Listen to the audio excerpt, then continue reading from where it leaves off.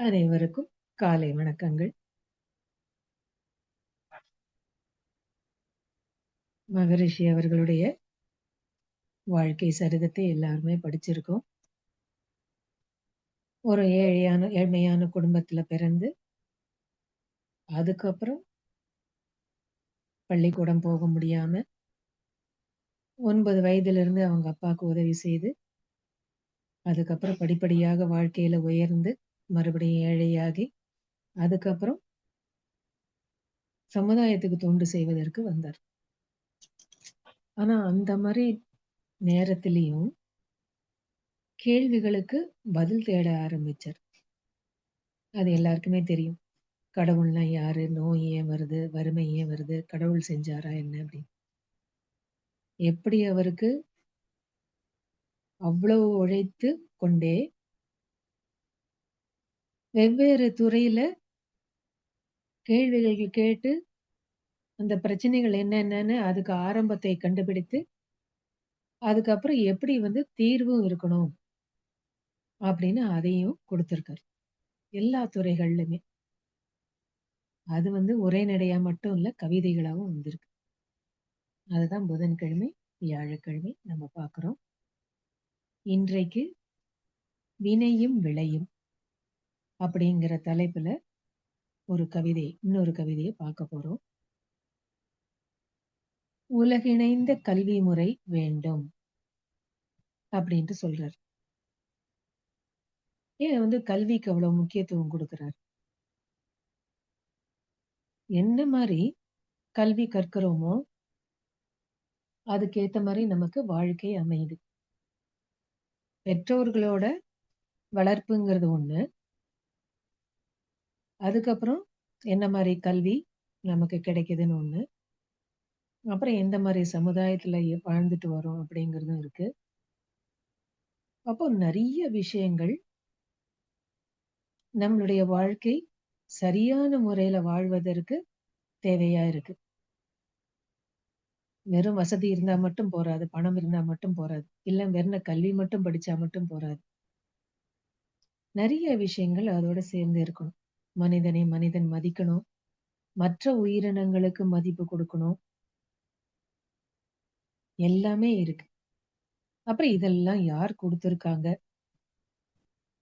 நமக்கு இப்படி கிடைச்சிருக்கு, இதுக்கு எப்படி நாம திருப்பி கொடுக்கணும்?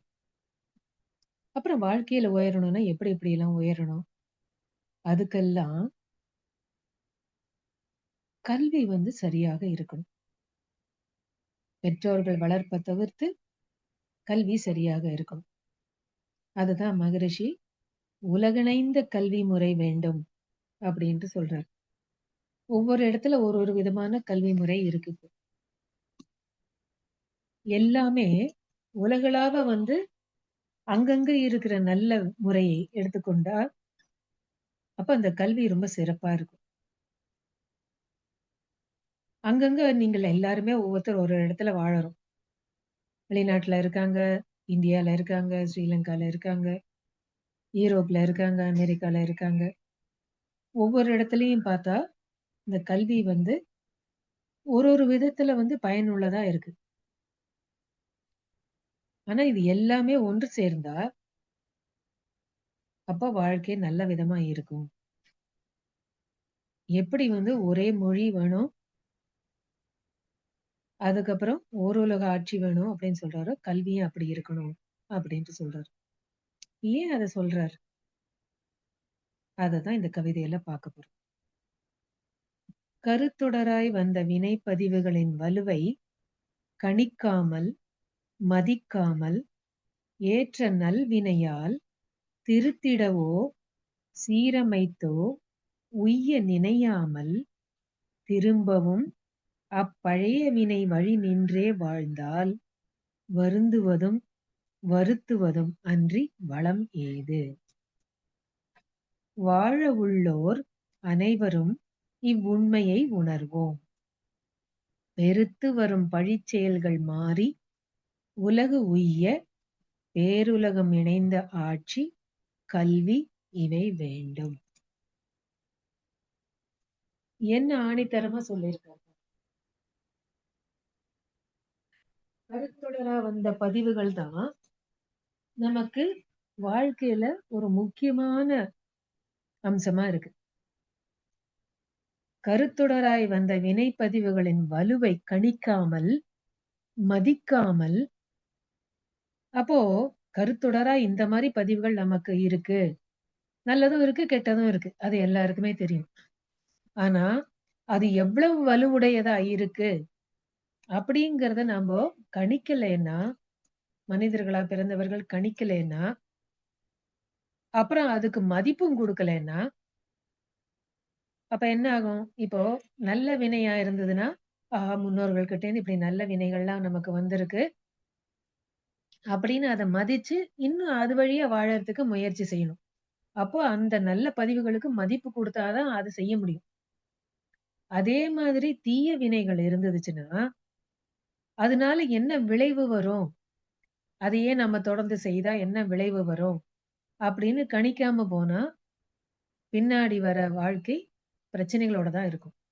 அதனால தான் அந்த வார்த்தைகள் பாருங்க. கருத்துடராய் வந்த வினைப்பதிவுகளின் வலுவை, அது எந்த அளவுக்கு ஆழமா இருக்குங்கிறத கணிக்காமல், மதிக்காமல், ஏற்ற நல்வினையால் எல்லாருக்கும் நல்லதும் இருக்கு, கெட்டதும் இருக்கு. ஆனா நல்ல வினைகள் இருக்கும்பொழுது, அப்ப அத திருத்திடவோ, சீரமைத்தோ செய்யறதுக்கு நினைக்கலேன்னு வச்சுக்கங்க. அப்ப நல்ல வினைகள் வழியா நமக்கு இதெல்லாம் மாற்றிக்கொள்ள முடியும். அப்படி இருக்கு நல்ல வினைகள் இருக்கிறதுனால தான் நமக்கு எல்லாருக்குமே அவங்கவங்களுக்கு ஏத்த மாரி குரு கிடைக்கிறாங்க, வழிமுறைகள் கிடைக்குது, பயிற்சி முறைகள் கிடைக்குது. அத வந்து சரியா பயன்படுத்திக் கொள்ளாமல், அதன் மதிப்பை உணராமல், திரும்பவும் அப்பழைய வினை மூலமாகவே நாம வாழ்ந்தோம்னா, அப்போ வாழ்க்கை வருத்தம் உள்ளதா இருக்கும். அது வருத்தமும் வருத்தம்ங்கிறாரு. ஏன்னா எந்த செயல் செய்தாலும் அதுக்கு விளைவு உண்டு. எண்ணம், சொல், செயலால் தனக்கோ, பிறருக்கோ, தற்காலத்திலோ, பிற்காலத்திலோ, உடலுக்கோ, மனதுக்கோ துன்பம் கொடுத்தால், அதெல்லாம் ஒழுக்கமற்ற செயல். இன்பம் கொடுத்தால் ஒழுக்கம் உள்ள செயல். நமக்கு அழகா ஒரு சாமியத்த குடுத்திருக்காரு மகரிஷி. அப்போ அந்த மாதிரி இந்த விஷயங்களை உணராம, தீய வினைகள் இருந்ததுன்னா, அது மேலும் மேலும் தொடர்ந்து செய்யும்போது அதுக்கேத்த விளைவுகள தான் குடுக்கும். அதே நல்ல வினைகள் இருந்ததுன்னா, அதன் வழியே வாழும்பொழுது நமக்கு நல்ல விளைவுகள குடுக்கும். ஆனா முன்னோர்கள் அந்த மாதிரி வந்து ஒரு நல்ல பதிவையும் குடுத்திருக்கிறதுனால, இப்ப வேண்டாத பதிவுகள நான் திருத்திக் கொள்ளணுங்கிற அந்த ஒரு மன உறுதி இல்லைன்னு வச்சுக்கங்க. பழைய வினை பிரகாரமே நம்ம வாழ ஆரம்பிச்சோம்னா, அது வருத்தத்த கொடுக்கும். அதுக்கப்புறம் நம்மளே வந்து வாழ்க்கை பிரச்சனைகளோட தான் இருக்கும். அப்போ வாழ உள்ளோர் அனைவரும் இவ்வுண்மையை உணர்வோம். எல்லாரும் உணர்ந்துக்கணும். அப்போ இந்த பழிச் செயல்கள்லாம் மாறணும்னா 2 வழி சொல்றார். 1 ஓருலக ஆட்சி. 2வது கல்வி. இது 2 தான் வேணும் அப்டின்ட்டு சொல்றார். அப்ப இந்த ஓருலக ஆட்சி அப்படிங்கிறது வந்ததுன்னா, நமக்கு எப்படி இருக்கும் அது வாழ்க்கை? இப்ப பார்க்குறோம். அது இல்லாததுனால தான், இப்ப போர்னால நமக்கு எவ்வளவு பிரச்சனைகள் இருக்கு அப்படின்னு தெரியுது. ஆனா ஓருலக ஆட்சி உடனே வந்துடுமா? அதுவும் இல்ல. நெறைய இருக்கு. ஐக்கிய நாடு சபை இருக்கு, வீட்டோ பவர் இருக்கு. இதெல்லாம் வந்து அங்கங்க என்னென்னலாம் வந்து அங்க வந்து சரியான முறையில இல்லையோ அதெல்லாம் அதெல்லாம் திருத்தி, அதை வந்து செயல்பாட்டுக்கு கொண்டு வரணும். அதுக்கு வேண்டிய பிளான்ஸ் எல்லாம் மகரிஷி குடுத்துருக்காங்க. அப்போ ஓருலக ஆட்சி வந்ததுனா தான், உலகம் முழுக்க வந்து பிரச்சனை இல்லாம இருக்க முடியும். அப்பதான் உலக அமைதியே இருக்குங்கிறார். ஏன்னா, இப்ப நம்ம பார்க்குறோம் பிராக்டிகலா இப்ப பார்க்குறோம். அமெரிக்கா, இஸ்ரேல் இதெல்லாம் என்ன மாதிரி வந்து ஒரு பவர்ல இருக்கணும். பொருள், புகழ், செல்வாக்கு, புலனின்பம். இதுல தான் எல்லாம் அடிபட்டு போறோம். அப்ப அந்த செல்வாக்குங்கிறது இருக்கணும் அப்படின்னுட்டு, உயர்ந்த இதுல வந்து தான் தான் வந்து முதல்ல இருக்கணும்னு, சரியா தவறான்னு கூட யோசிக்காம, தவறு செஞ்சுக்கிட்டே இருக்காங்க. துன்பம் குடுத்துக்கிட்டே இருக்காங்க. அவங்க நாட்டுல இருக்கிறவங்களே கஷ்டப்படுறாங்கங்கிறதையும் அவர் இன்னும் உணரல. அது பாட்டுக்கு ஒரு இடத்துல நடந்துட்டே இருக்கு. இது அங்க மட்டும் இல்ல. எல்லா நாடுகள்லயும் அங்கங்க வருது. இந்தியாலயும் வருது. ஸ்ரீலங்கால இது நடந்தத பார்த்தோம் நம்போ. ஒவ்வொரு நாட்டிலயும் இருக்கு. அப்போ ஓருலக ஆட்சி வந்ததுன்னா, அப்ப எவ்வளவோ மாற்றங்களை கொண்டு வர முடியும். ஏன்னா ஓருலக ஆட்சி வரும்போது உலகத்துல இருக்கிற மக்கள் எல்லாரும் ஒரே மாதிரி எப்படி வந்து பிரச்சனை இல்லாம வாழ முடியும், அமைதியா வாழ முடியும். அதுக்கு வேண்டிய வந்து வழிமுறைகள் எல்லாம் வகுக்க முடியும். அதனால தான் ஓருலக ஆட்சி வேணுங்கிறார். அதுக்கப்புறம் இன்னொன்னு என்ன சொல்றார்? உலகிணைந்த கல்வி முறை வேணுங்கிறார். ஏன் வந்து உலகிணைந்த கல்வி முறை வேணும்? பள்ளிக்கூடம் ஆரம்பத்திலேருந்து குடும்பத்துல கூட பெற்றோர்கள் சின்ன குழந்தையிலேருந்து அவங்களுக்கு சொல்லிக் குடுக்குற விஷயங்கள் சரியான முறையில இருக்கணும். அதுக்கப்புறம் பள்ளிக்கூடங்கள்ல, கல்லூரிகள்ல, பல்கலைக்கழகங்கள்ல இங்கெல்லாம் சரியான விஷயத்துல, சரியான முறையில கல்வி இருக்கணும். அதுக்கு தான் சொல்றாரு. கல்லூரி, பல்கலைக்கழகம் இவற்றில் சேர்ந்து கருத்தோடு தத்துவம் உளவியல் பயின்றிடும் எல்லோரும் அகம் நோக்கி எண்ணத்தை ஓர்மை நிலை எய்த செய்ததன் இயக்க இயல்புகளை செயல்முறையில் கல்லாமல் எழுத்தளவில் மாத்திரம் அக்கலைகள் தம்மை கற்றால் அவ்விரு பிரிவும் கற்பவர்கள் உள்ளத்தில் நிற்காது. அறிவு, உயிர், தெய்வம், பேரியக்க கள நிலைகளை தெளிவாக நிலைத்து உணர முடியாது. வெறும் பணம் செல்வம் பண்ணணும், பணம் பண்ணணும் அப்படிங்கிற எண்ணத்தோட பள்ளிக்கூடத்துல இருக்கிற கல்வி முறையும் சரி, கல்லூரி பல்கலைக்கழகங்கள்ல சேர்ந்தாலும் சரி, அவங்க தத்துவம், உளவியல் எது பயின்றாலும், அவங்களுக்கு இந்த அறிவு பற்றி, உயிரை பற்றி, தெய்வத்தை பற்றி, பேரியக்க களத்தை பற்றி, இத பத்தின பிராக்டிகல் மெத்தட்ஸ் பயிற்சி முறை அது வந்து குடுக்கலைன்னா, படிப்போட இருக்குமே தவிர, வாழ்க்கையில மாற்றத்தை கொண்டு வர முடியாது. அந்த காலத்துல மாரல் சயன்ஸ் கிளாஸ்ன்னு ஒண்ணு இருக்கும். அதுல கதைகள் மூலம் நெறைய நமக்கு எடுத்து சொல்வாங்க.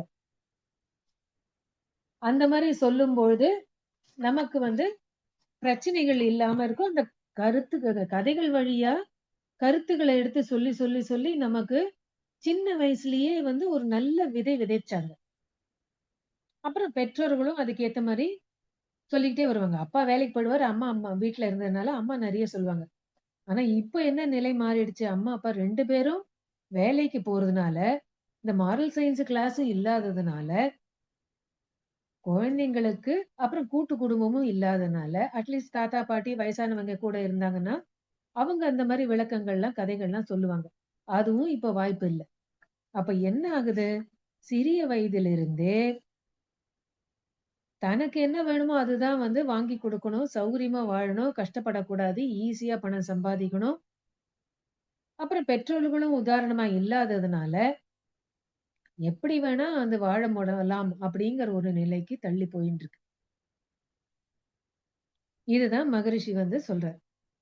எந்த நிலையிலயும் கல்லூரி, பள்ளிக்கூடங்கள் எல்லா இடத்துலயும் கல்வி வந்து 4 விதமா இருக்கணும். எழுத்தறிவு, தொழிலறிவு, இயற்கை தத்துவ அறிவு, ஒழுக்க பழக்க வழக்கங்கள்.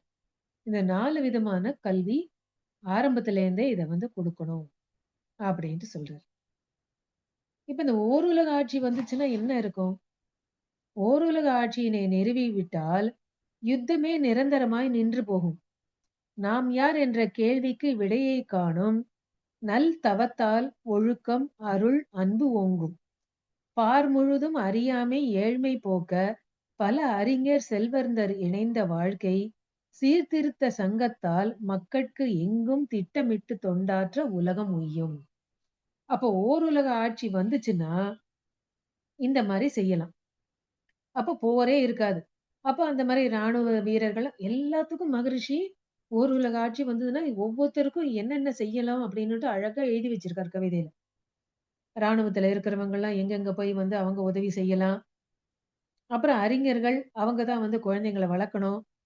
அவங்க பெற்றோர்கள்லாம் குழந்தைய கொண்டோய் விட்டுடணும். குழந்தை வளர்ப்புங்கிறது எப்படி இருக்கணும்? அப்புறம் குழந்தைங்களுக்கு பாடம் சொல்லிக் குடுக்குறவங்க யாரா இருக்கணும்? அதுக்கப்புறம் செல்வந்தர்கள் எப்படி வந்து எல்லாரோடையும் சேர்ந்து வியாபாரம்லாம் செய்யணும். தனி உடைமைங்கிறது இருக்கக்கூடாது. அது பொது உடைமையா மாறணும். அப்படின்னு நெறைய விதத்துல மகரிஷி அவர்கள் வழிமுறைகளை வகுத்து குடுத்திருக்காரு. ஏதோ வந்து இப்படி இப்படி இருக்கணும். ஓர் உலக ஆட்சி வரணும். உலகணைந்த கல்வி வரணும். அப்படின்னு சொல்லிட்டு விட்டுடல. ஒவ்வொன்னுத்துக்கும் வழிமுறைய குடுத்திருக்காரு. அப்போ இந்த மாதிரி தான் நம்ப வந்து ஒவ்வொரு விதத்திலயும் எங்கெங்க மாற்றங்களை கொண்டு வரலாம் உலகளாவ, எல்லா துறைகள்லயும் அப்படின்னு பார்க்கணும். அதுக்கு ஓருலக ஆட்சி வந்து அறிஞர்கள் எல்லாம் உலக அளவில வந்து ஒரு குழு அமைத்து, ஒவ்வொரு துறையிலயும் அமைத்து, எந்தெந்த நாட்டுல எப்படி எப்படி மாற்றங்களை கொண்டு வரணும் அப்படின்னு யோசிக்கணும். அதுக்கு எல்லாரும் ஒத்து வந்தா தானே, நான் பெரியவன், நீ பெரியவன், நீ சின்னவன், நான் சின்னவன் அப்படின்னு போச்சுன்னா, அதுக்கு தான் மகரிஷி சொல்றார். சுப்பீரியாரிட்டி காம்ப்ளெக்ஸும் இருக்கக்கூடாது. இன்ஃபீரியாரிட்டி காம்ப்ளெக்ஸும் இருக்கக்கூடாது. உயர்வு தாழ்வு மனப்பான்மை இருந்தாலும், அதுவும் பிரச்சனை தான். அதுக்கு காரணம் என்ன? ஆணவம். ஈகோ தான். அந்த ஈகோங்கிறது இருந்ததுன்னா, தான் தனது, அதுக்கப்புறம் 6 வேண்டாத குணங்கள். ம் அ பேராசை, சினம், கடும்பற்று, முறையற்ற பால் கவர்ச்சி, உயர்வு தாழ்வு மனப்பான்மை, வஞ்சம். அப்புறம் பஞ்சமகா பாவங்கள். அப்ப எல்லாத்துக்கும் இந்த ஆணவம் தான். அப்போ இந்த ஆணவம் போகணும்னா என்ன பண்ணணும்? கருத்துடரா வந்த பதிவுகள் வழியா வாழறத விட்டு, நமது முன்னோர்கள் நமக்கு என்ன நல்லா சொல்லிக் குடுத்துருக்காங்க, எங்கிட்ட என்ன வேண்டாத பதிவுகள் என்கிட்ட இருக்கு, அத போக்கிக் கொள்வதற்கு எல்லா மதங்கள்லயும் சொல்லியிருக்காங்க. அது கிறிஸ்துவ மதமா இருக்கட்டும், இஸ்லாம் மதமா இருக்கட்டும், இந்து மதமா இருக்கட்டும், ஜைன மதமா இருக்கட்டும். இன்னொருத்தருக்கு துன்பம் கொடுக்கக் கூடாது. உடலாலும், மனதாலும். நம்மளால முடிஞ்ச உதவிய செய்யணும். அப்படிங்கிற இந்த 2 கருத்துக்கள் தான் எல்லா மதங்கள்லயும் இருக்கு. ஆனா அப்படி இருந்தும், அதனுடைய முக்கியத்துவம் தெரியாததுனால, எல்லா இடத்துலயும் இப்ப வந்து பிரச்சனைகள் தான் வந்துட்டு இருக்கு. அதனால தான் மகரிஷி என்ன சொல்றாருன்னா, ஓருலக ஆட்சியும் வரணும், உலகணைந்த கல்வி முறையும் வரணும் அப்படின்ட்டு சொல்றாரு. அதனால தான் அருட்கல்வி ரொம்ப முக்கியம். அது இல்லாதனால தான் பயிற்சி எடுத்தவங்கலாம் கூட பாருங்க, கல்வி கற்றவங்கலாம் கூட போதைக்கு அடிமையாறது, படிக்காதவங்க கஞ்சா அந்த மாரி பழக்கம், இல்லன்னா வந்து மதுக்கு பழக்கம், கெட்ட பழக்கங்கள்லாம் நெறைய வந்துட்டு இருக்கு. எல்லாருக்கும் இதெல்லாம் உடம்ப பாதிக்கும்னு தெரியாதா என்ன? எல்லாம் தெரியும். அப்போ அலட்சிய போக்குனால தான் நம்ம வாழ்க்கையே போயிட்டு இருக்கே தவிர, அறியாமையினால இல்ல. அப்புறம் உணர்ச்சி வயம். இது 3த்துனால தான் பதிவுகள் வருங்கிறார். ஆனா, நம்ப வந்து அறியாமைங்கிறதுலேருந்து போயி, அலட்சியம், உணர்ச்சி வயம். இதுல தான் வந்து நமக்கு பிரச்சனைகள் வருது. அப்ப இந்த அருட்கல்வி கிடைச்சதுன்னா என்னென்ன இருக்கும்? கல்வி செல்வம், கல்வி செல்வம், பொருளுடைமை, மக்கள் பலம், நட்பு, கண்ணியமாம் ஆளுமை பேரனைத்தும் இருந்தாலும், கல்வியிலே உயர்ந்த அருட்கல்வி இல்லையெனில், கற்ற பெற்ற அத்தனையும் சுயநலமாகும். எவ்வளவு அழகா ஆராய்ச்சி செய்து குடுக்கிறார் பாருங்க. அப்ப தான் தனது அப்படிங்கிறது தான் வரும். அன்பு கல்வி எனும் சமநோக்கு, நேர்நிறை உணர்வு, கருத்து நிலை உருவாகாது. அப்ப திருப்பி திருப்பி உயர்வு தாழ்வு மனப்பான்மை, வஞ்சம் இதெல்லாம் தான் வரும். கடும்பற்று இதெல்லாம் தான் வரும். பிறர் பொருள் சுரண்ட கல்வி எல்லாம் பயனாகும். அதான் இப்ப போயிட்டு இருக்கு. ஒண்ணு நான் தானன்னா சம்பாதிக்கணும். இன்னொருத்தர எவ்வளவு சீக்கிரம் வந்து ஏமாத்தி சம்பாதிக்கலாம். அப்ப இன்னொருத்தரோடது அததான் வந்து சுரண்டுறது எப்படின்னு தான் போயிட்டு இருக்கு.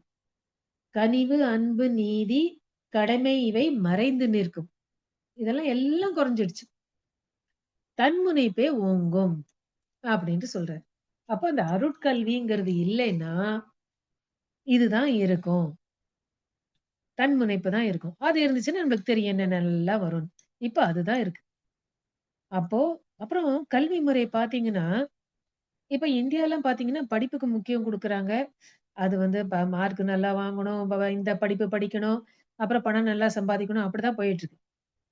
ஆனா, இப்ப வெளிநாடுகள்லாம் அங்கலாம் பார்த்தீங்கன்னா, ஆரம்பத்துல கிரட்ச்ல குழந்தைங்கள வந்து போய் போட்டா கூட, பிளே ஸ்கூல்ல போட்டா கூட, அந்த குழந்தைங்களுக்கு வெவ்வேறு விதமா சொல்லிக் குடுக்குறாங்க. 2 வயசு குழந்தை 2 1/2 வயசு, 3 வயசெல்லாம் தானே உட்கார்ந்து சாப்பிடுறது. அதுக்கப்புறம் வந்து மண்ணோட விளையாடுறது, மத்த குழந்தைங்களோட விளையாடுறது, பொருள்களுக்கு வந்து அத தொட்டு உணர்ந்து பார்க்கறது, எல்லாமே வந்து அவங்களுக்கு அந்த கல்வி முறையே மாறி இருக்கு.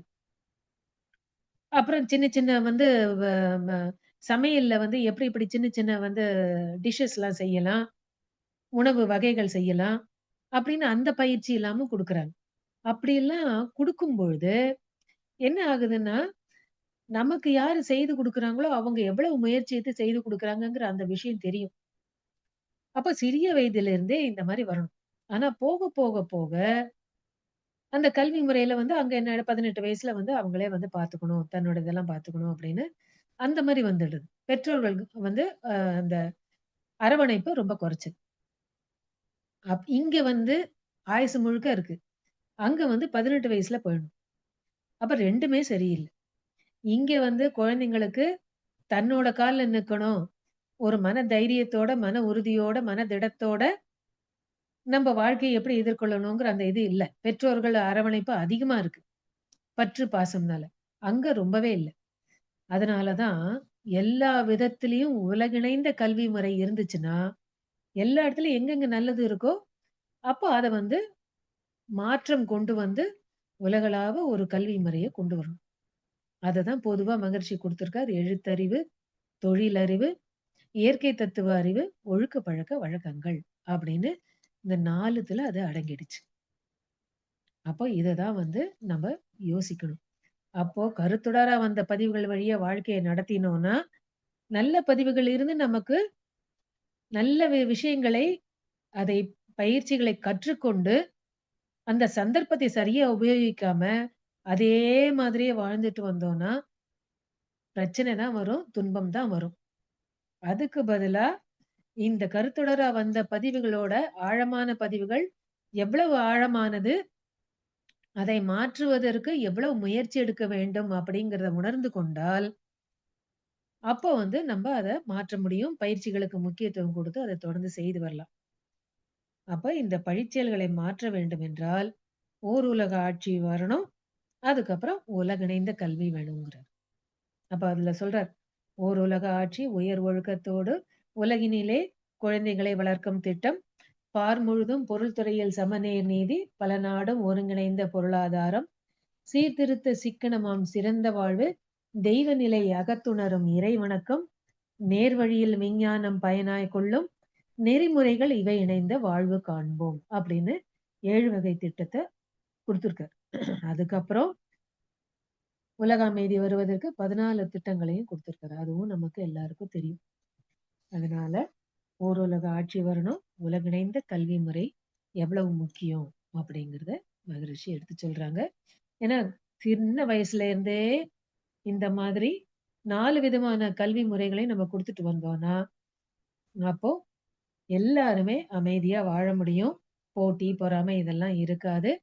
எங்கெங்க, அங்கங்க என்னென்ன தேவைகளோ அதுக்கேத்த மாரி உலகத்துல இருக்கிற தலைவர்கள்லாம் அதுக்கு பிளான் பண்ணி எல்லாருக்கும் எல்லாம் கிடைக்கிற மாரி வரும். எல்லாரும் எல்லாமும் பெற வேண்டும். இங்கு இல்லாமை இல்லாத நிலை வேண்டும் அப்படின்னு அந்த காலத்திலே பாட்டு எழுதியிருக்காங்க. அது வந்து நடைமுறைக்கு வரும். அனைவருக்கும் நன்றி. வாழ்க வளமுடன். ஆனா மகரிஷி அதோட நிறுத்தல. பயிற்சிகளும் குடுத்திருக்காரு. நம்ம பழிச்செயல்களை மாத்திக் கொள்ளணும்னா, உடற்பயிற்சி, காயகல்ப பயிற்சி, தவங்கள், தற்சோதனை பயிற்சிகள்லாம் குடுத்து, நெறைய விஷயங்கள நமக்கு குடுத்திருக்கார். இத வந்து நம்ப ரெகுலரா கடைபிடிச்சுட்டு வந்தோம்னா, நெறைய வந்து பதிவுகளை இந்த பிறவியிலே மாற்றிக்கொண்டு உயர்ந்த நிலைக்கு செல்ல முடியுங்கிறார். இன்பம், துன்பம், இன்பம், அமைதி, பேரின்பம். அமைதி நிலைக்கு போய் பேரின்ப நிலையை அடைய முடியும். ஏன்னா நம்மள மாரி தான் அவரும் பொறந்திருக்காரு. ஆனா நம்ப வந்து எது எதுக்கு முக்கியத்துவம் குடுக்கணுமோ அதுக்கு குடுக்காம, பிரையாரிட்டீஸ் மாறி போயிடுது. ஆனா மகரிஷி சொல்றார், அதுவும் தேவை. இதையும் முக்கியத்துவம் குடுத்து நம்ம சேர்ந்து அதோட சேர்ந்து வாழ்க்கை பாதையில போகும்பொழுது, நமக்கு இந்த பிறவியிலேயே அந்த பேரின்ப நிலையை அடைய முடியும். அப்படின்னு ஒரு ஊக்கத்தை, ஒரு உந்துதல குடுக்கிறார். பயிற்சி முறைகளையும் குடுத்திருக்கார். இப்படிப்பட்ட ஒரு குரு அமைவதற்கு நாம் நெறைய புண்ணியம் செஞ்சிருக்கோம். அனைவருக்கும் நன்றி. வாழ்க!